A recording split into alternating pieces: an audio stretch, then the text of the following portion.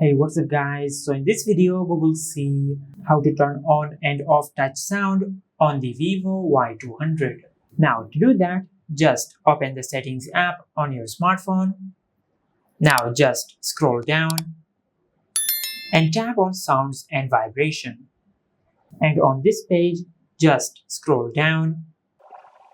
And if you want to disable touch sounds on your smartphone, just disable the touch sound toggle from here. Now as you can see, all the touch sounds on your smartphone will be turned off.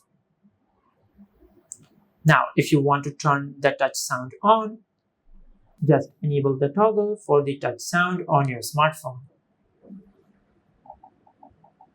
Now as you can see, the touch sound will be turned on. And this is how you can turn on and off touch sound on the Vivo Y200. If you found this video helpful, please like the video and subscribe to our channel and hit the bell icon to get notified when we upload a new video.